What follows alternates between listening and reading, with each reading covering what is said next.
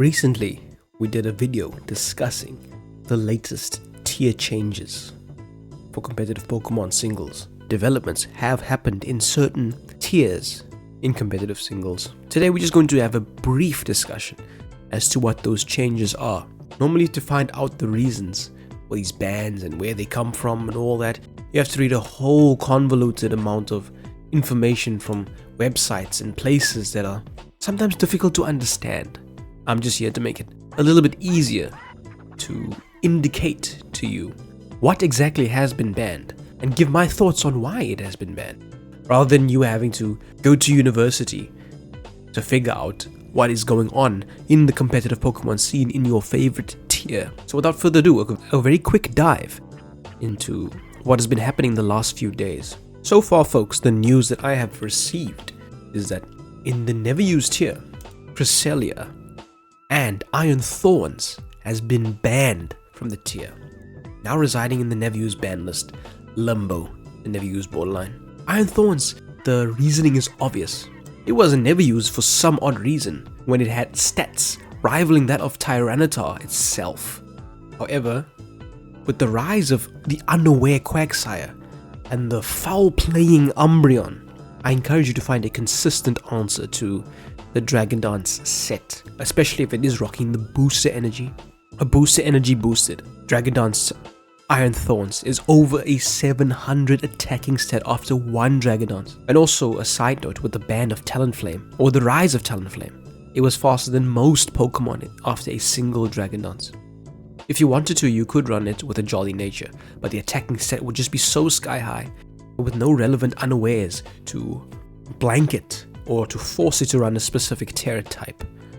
Iron Thorns was definitely going to become a problematic Pokemon. Cresselia, I'm not quite sure why Cresselia was banned all of a sudden. Mystic Umbreon is no longer there to force it to become a type that is immune to Toxic, and Quagsire can no longer spam Haze versus it, but there were still some answers in the long run.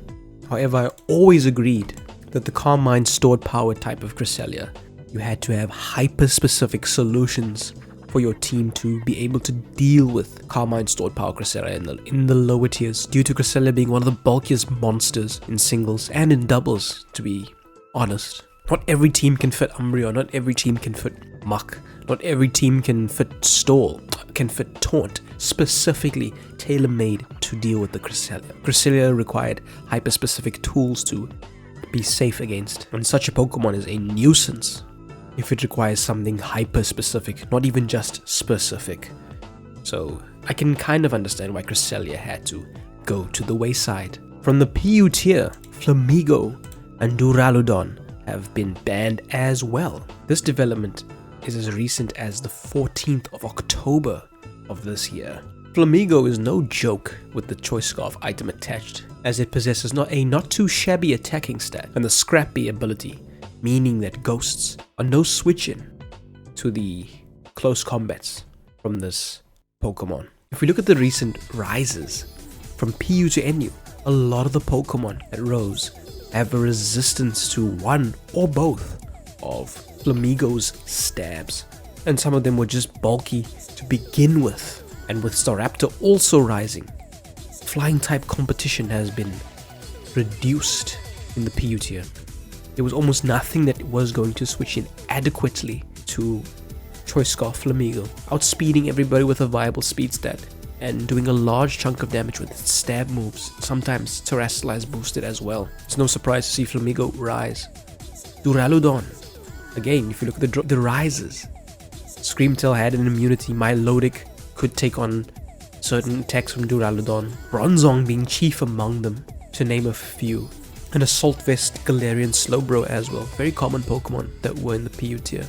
All gone. Who is going to switch into the Choice Specs, Draco Meteor and Flash Cannon combination? If you are a fairy type, Flash Cannon is going to melt you. And if you are not a fairy, I don't see any viable steel types that are going to take on a Draco Meteor with ultra high special attack and still be relevant outside of simply sponging one or two Draco Meteors. Again, not a surprise that Duraludon is gone.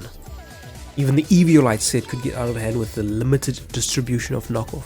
And such a monstrosity with such bulk is most definitely going to tear up the PU tier with the recent rises that have taken place. Another thing to note is that the PU tier is suspect testing Tauros, Paldean Blaze. They are deeming that this Pokemon might be too broken for the PU tier with all the recent bans, and I agree, it is potentially too broken for this tier. The Paldean Blaze possesses a good speed stat, a very good attacking stat, especially one for PU Pokemon.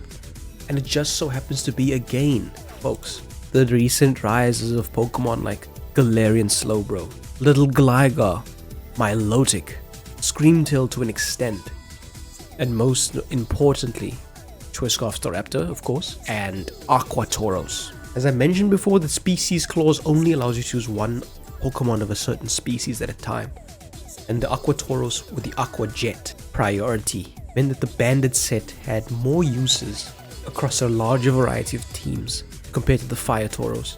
But now that all of those things have been removed from PU, there are some answers to the Paldean Blaze, namely physical defensive Belly Bolt, and maybe Gastrodon if you are diving deep for an answer. But even they have to be careful, as close combat or the right prediction with Trailblaze, Earthquake, or whatever it may be still do a large chunk to such Pokemon.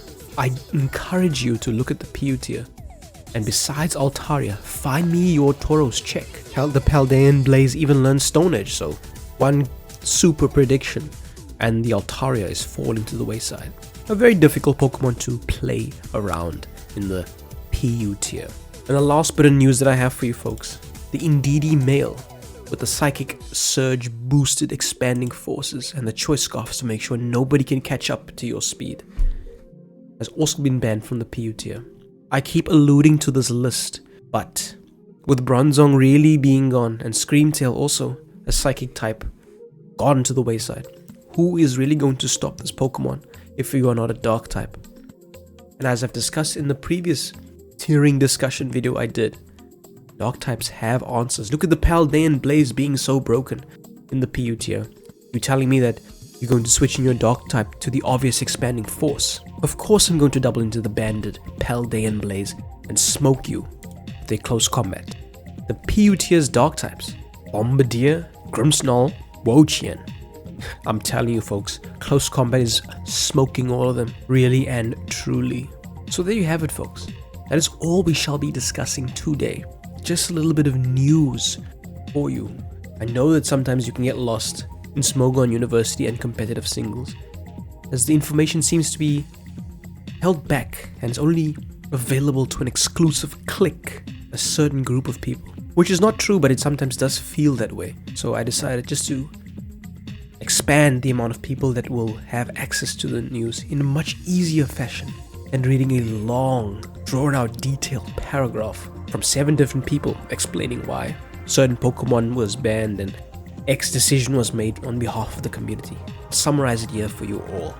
If you do enjoy this type of content folks, please be sure to leave a like and subscribe. Also, let me know what you think of the recent bans of these Pokemon. And what do you think about the suspect test of Tauros Paldea?